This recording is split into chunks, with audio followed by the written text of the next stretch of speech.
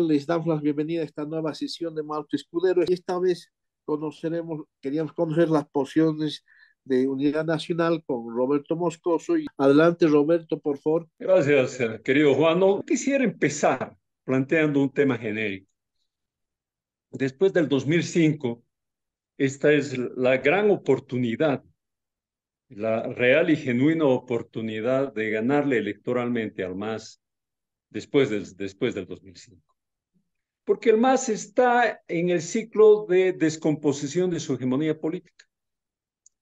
Su proyecto se ha agotado, el bloque social que lo respaldaba o se ha alejado o se ha dividido, eh, y el MAS se ha oligarquizado, se ha preocupado de exclusivamente eh, mantenerse en el poder y ha dejado de pensar en los problemas de la gente, en los problemas del país, y solamente sustenta criminalmente a sectores para que sigan en su proyecto de poder. Pero además, el MAS sí se ha dividido entre Evo Morales y el presidente, Lucho Arce, y esta sí es una división real, esta es una división certera, y esta es una división exclusivamente por poder. Y esto entonces abre el camino y posibilita el camino de que la oposición que no está dividida, que la oposición que está fragmentada, ¿sí?, pueda definir poco a poco los, eh, eh, los espacios de concertación para ir construyendo la unidad posible. Yo creo que ese es el tema, y ese es el desafío, y ese es el desafío no solamente de los partidos políticos, sino fundamentalmente de la población. Y creo que en eso estamos.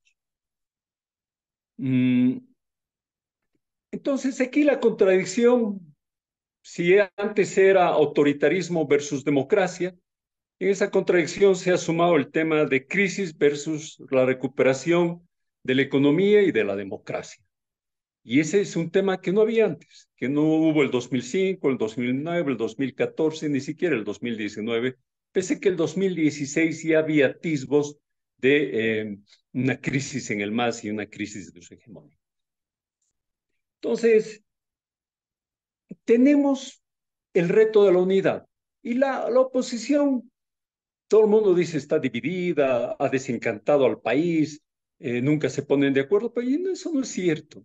Y yo creo que la oposición ha dado su lucha, le ha dado la lucha no solamente desde el 2005 con las elecciones, donde nadie creía que el MAS iba a ganar, sino fundamentalmente la constituyente.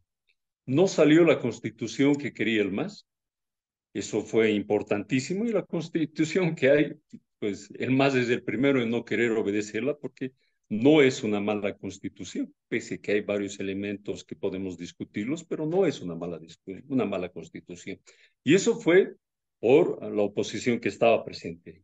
El 2014, el referéndum del 2016, eh, la victoria del 2019, pese al fraude, pues son elementos que marcan momentos donde la oposición actúa unida. El 2020 también, y bueno, el tema de un periodo malo de gobierno de Janine, pues genera una vuelta del MAS con Arce. Pero bueno, esto ha sido beneficioso también, porque el país se ha dado cuenta que la economía pues no dependía del MAS y que Arce no era el hombre de la economía, y esto lo estamos comprobando por la pequeña inflación que hay, por la falta de dólares, por el problema de los hidrocarburos y por una incipiente crisis económica. Entonces, está claro que el liderazgo del MAS se ha quebrado, hay un desencanto de la gente y eso abre una posibilidad real a que la articulación de la oposición en el plebiscito del 2025 pueda dar paso a una solución de la crisis económica, pero fundamentalmente a la recuperación de la democracia. Eso está claro. Ese es el reto. Y ahora, ¿qué hacemos? ¿Cómo hacemos para ganarle al MAS cuando hay todas las posibilidades para hacerlo? Creo que hay N candidatos, pero hay pocas siglas. Hay 10 siglas potencialmente de oposición. Veremos, hay también opositores funcionales al MAS. O si el MAS se divide, entonces ocupará 2 de esas 10 siglas o de esas 11 siglas que hay. Si es que el plazo del 5 de mayo se cumple, ¿no? El Tribunal Supremo Electoral ha dado plazo a los partidos políticos que tienen hasta el 5 de mayo para institucionalizar sus partidos. Yo no creo que esto se cumpla. Yo creo que el Tribunal Supremo Electoral va a ampliar. ¿Por qué? Porque si hay algo que le interesa al MAS es dividir la oposición y para eso necesitan más siglas. Y por lo tanto, yo creo que van a ampliar hasta el extremo, cosa que las 11 siglas se viabilicen. O 10. Lo del MAS está en veremos. Esta pugna entre Arce y Evo Morales puede plantear la necesidad de anular la sigla del MAS, eh, que viene acompañado o que va acompañado por el tema de la anulación de la candidatura de Evo Morales, que al parecer ya es un hecho. Pero bueno, veremos qué pasa con la sigla del MAS y qué pasa con el resto de las siglas. En este momento solamente hay 3 siglas institucionalizadas: Demócratas, el FRI y Unidad Nacional.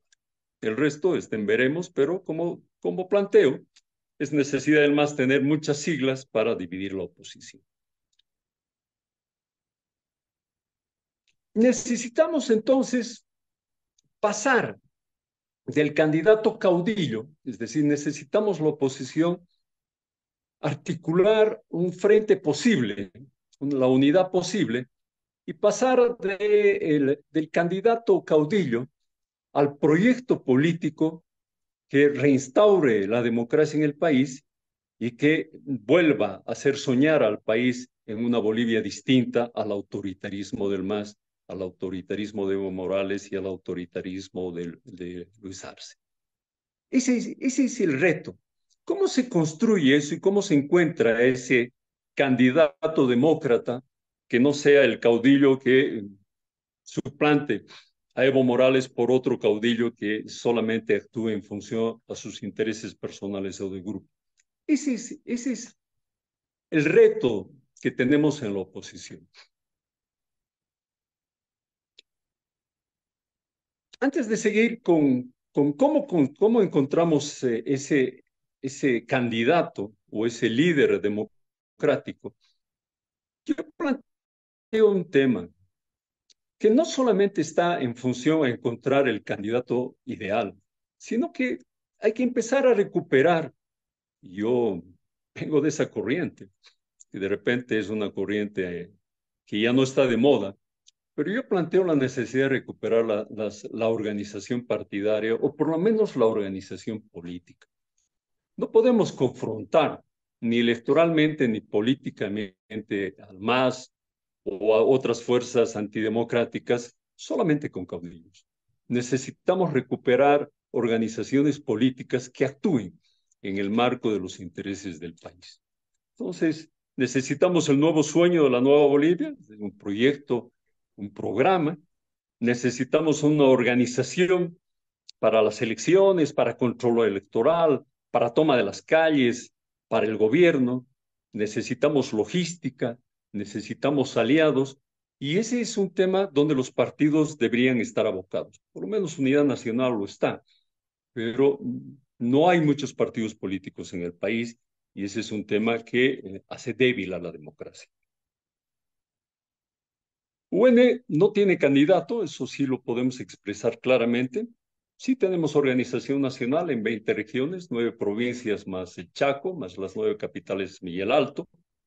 Sí tenemos logística, sí tenemos aliados y sí tenemos propósito de unidad, que lo hemos demostrado el 2014, el 2019, el 2016, el 2020, cuando incluso hemos renunciado a nuestra candidatura para apoyar, porque para nosotros la prioridad es recuperar la democracia y vencer política y electoralmente al MAS. Eso para nosotros es claro.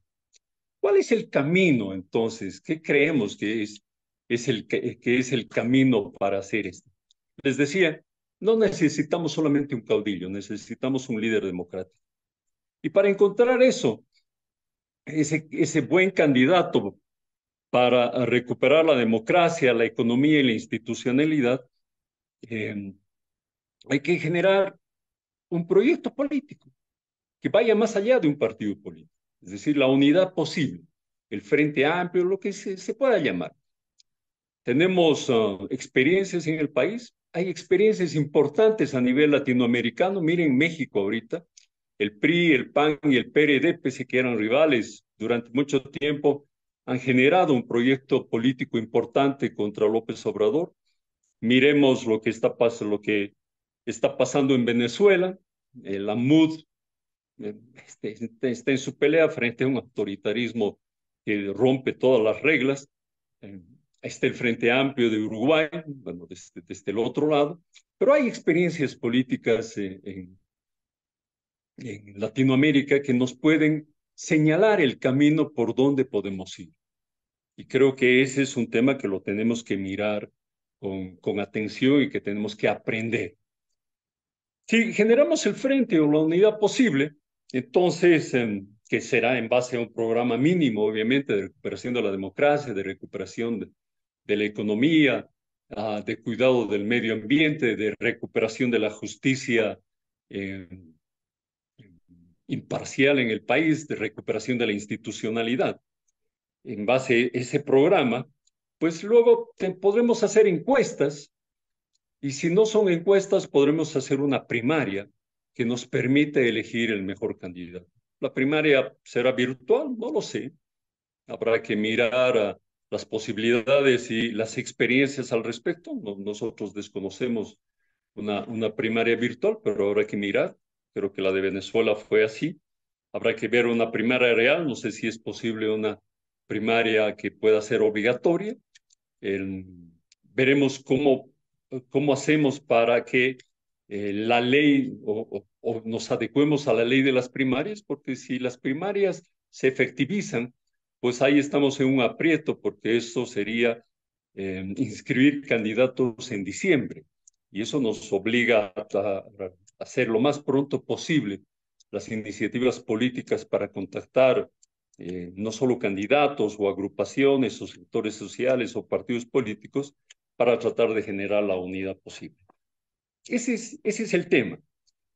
Y luego, pues, veremos si nos enmarcamos en la ley para las primarias estipuladas, que nos obligan a que con esos candidatos vayamos a la elección del 2025, o si es posible, si es que no hay primarias, porque al parecer al MAS no le interesan, por lo menos a Lucho Arce no le interesa, poder hacer unas primarias el próximo año que nos permitan, en el marco de este frente, en el marco de esta alianza, poder elegir un candidato que sea acorde a los intereses políticos y a las necesidades del país.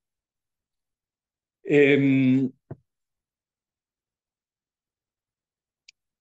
que ese es el camino, creo que esos son los espacios que hay que acudir como, como políticos o como proyectos políticos, y será el voto ciudadano el que defina o el voto ciudadano, la presión ciudadana, la presión de organizaciones sociales afines a la democracia, el que vaya definiendo poco a poco cómo se enmarcan los liderazgos de la oposición en el marco de la unidad posible. Creo que eso es, compañeros y compañeras, no hay mucho más que inventar, no hay mucho más dónde ir.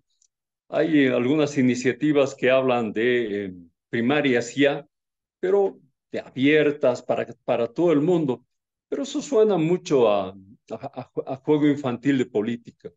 Creo que es necesario que la política tome seriedad en el país, que vayamos pensando cuál es el camino correcto para el país y que no improvisemos. La improvisación le puede hacer daño al país, le puede hacer daño a la democracia, pero fundamentalmente le puede dar una oportunidad más, que es lo que sí o sí tenemos que evitar a toda costa.